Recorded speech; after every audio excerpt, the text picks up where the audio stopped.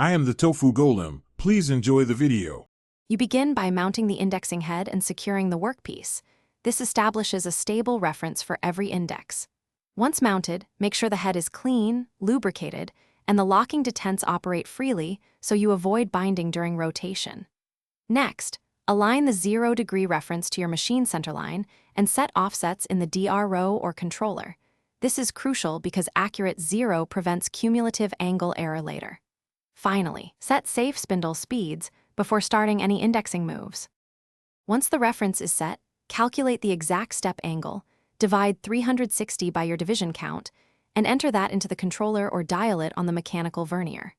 When you engage the drive, watch for backlash and make fine adjustments so each move lands precisely.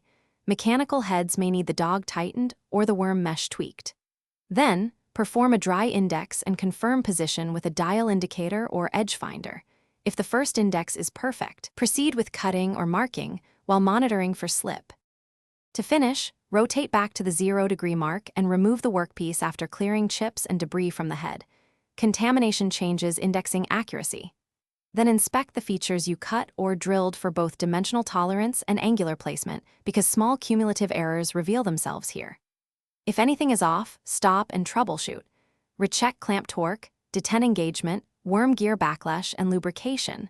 Once corrected, reindex and remeasure. A single misindex usually traces to mechanical play or poor alignment. Thanks for watching. Consider subscribing if we helped you today.